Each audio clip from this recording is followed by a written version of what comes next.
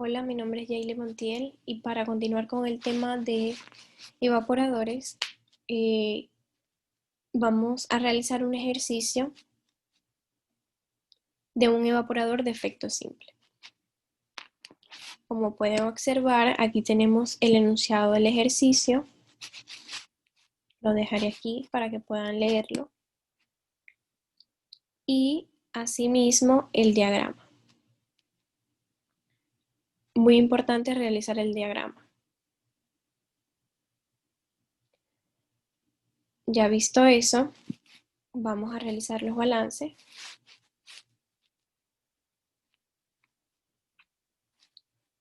Ok, para hacer este ejercicio se necesita un balance de masa para hallar las corrientes tanto del vapor que se produce como la corriente producto, en este caso son B1 y L1.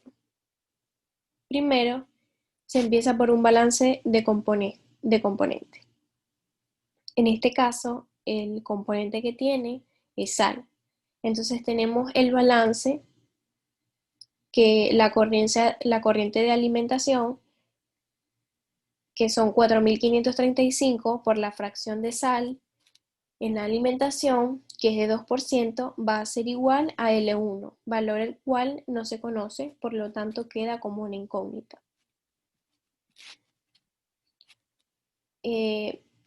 Por la fracción de sal en la corriente L1, que es 3%. Luego se despeja L1 y se obtiene el valor correspondiente, el cual da por resultado 3.023,33 kilogramos sobre horas. Ahora, luego se realiza un balance global, que en este caso sería la corriente de alimentación, va a ser igual a la corriente de vapor más la corriente líquida. Entonces, ya tenemos el valor de la corriente líquida. El valor de la alimentación, simplemente se despeja la corriente de vapor y se obtiene el valor de V1. Luego de este viene un balance de energía. ¿Okay? Para hacerlo se asume que el proceso es adiabático. Por lo tanto, la ecuación de balance de energía queda de esta manera. ¿Cómo se lee todo esto? Sería la corriente de vapor de calentamiento requerida por el calor latente de condensación de ese vapor de calentamiento, más el flujo de alimentación por la entalpía de la alimentación, va a ser igual al vapor producido en el proceso por la entalpía de ese vapor, más la corriente líquida por la entalpía de esa corriente líquida. Restaría ahora hallar los valores de entalpía.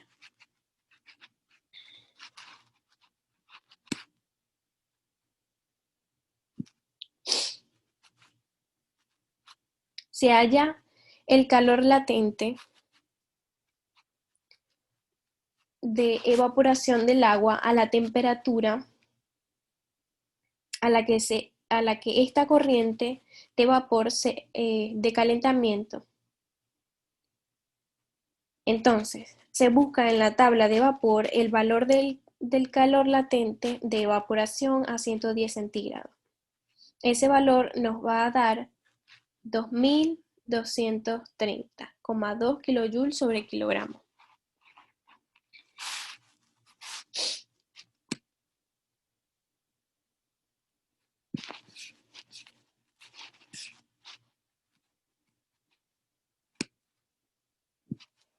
Okay. Entonces, para seguir con los cálculos, se asume que como la solución tanto de alimentación como la del producto son muy diluidas, se asume que sus propiedades son las del agua. Esto para evitar errores muy grandes en los cálculos. Luego de esto, se determina o se establece una temperatura de referencia, que va a ser la temperatura de saturación del agua a la presión a la que está trabajando el evaporador. El evaporador está trabajando a una atmósfera, por lo tanto la temperatura de saturación del agua a una atmósfera son 100 grados centígrados.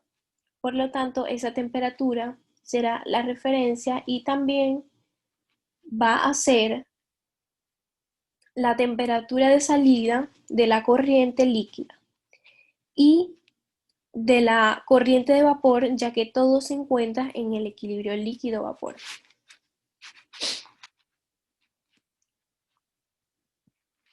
Okay. Luego de eso hay que calcular la entalpía de la alimentación, que sería la capacidad calorífica de la alimentación por la diferencia de temperatura. Esa diferencia de temperatura eh, va a ser la corriente de la temperatura de alimentación menos la temperatura de referencia. Entonces nos quedará que la entalpía de la alimentación va a ser igual a la capacidad calorífica, que es 4.1 kilojoules sobre kilogramos por Kelvin, por la temperatura a la que está la alimentación, que son 311 Kelvin, menos la temperatura de referencia, que son 373 Kelvin. Y nos da como resultado esto. Ok, anteriormente, como dije, la corriente de vapor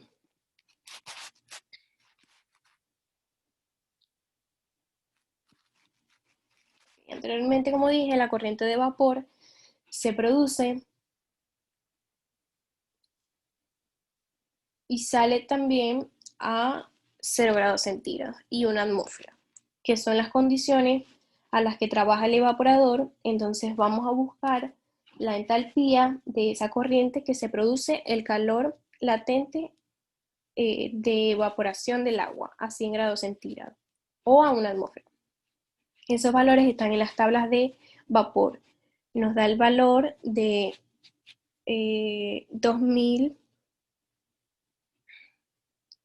2256,5 kilojoules sobre kilogramos.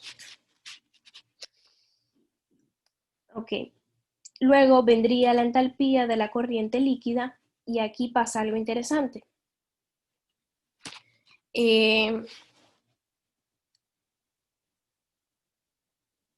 Cuando se va a plantear la diferencia de temperatura, esa corriente sale a 100 grados centígrados y la temperatura de referencia también son 100 grados centígrados. Por lo tanto, nos va a dar 0. Entonces, luego de que todos los valores de entalpía, luego de que tengamos todos los valores de entalpía, nos vamos al balance de energía y sustituimos todos los valores, lo ves aquí, ¿ok? Y sustituimos los valores que conocemos. Conocemos todos menos B sub 0, que es el flujo de vapor de calentamiento que se requiere en el proceso. Entonces, se sustituye y se despeja. Y dará nuestros resultados, como podemos observar en la pantalla. Ok. Luego se plantea la siguiente ecuación. Ok. Y se va a despejar U, el coeficiente global de transferencia de calor de esa ecuación. Conocemos todo. Luego se realizan los respectivos cálculos y nos dará nuestro valor de U. Pero esas unidades que están allí tenemos que convertirlas a sistema internacional. Por lo tanto, se convierten los kilojoules en joules y las horas en segundos, para que así nos dé U en función de las unidades correctas, que son vatios sobre metros cuadrados por Kelvin. ¿Okay? Nos daría este resultado. Luego en la parte 2, ¿okay? La corriente líquida, en lugar de estar al 3%, ahora está al 5%. Entonces, como podemos ver resaltado en la pantalla, recalculamos otra vez el balance de masa. ¿Okay?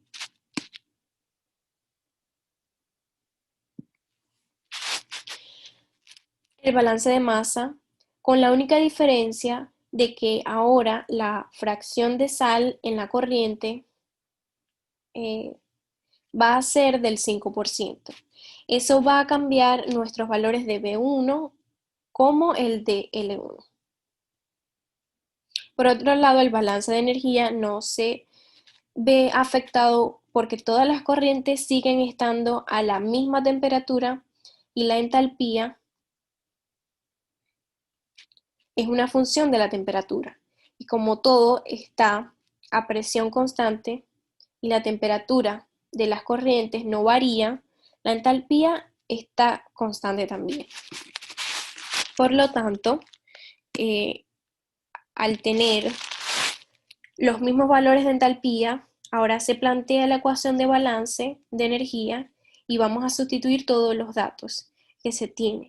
Y se hará lo mismo, calcular la corriente de vapor de alimentación que se requiere y el cálculo de coeficiente de calor nuevamente. ¿Ok? Esto ha sido nuestro ejercicio. Esto ha sido nuestro ejercicio de un evaporador de efecto simple. Muchas gracias.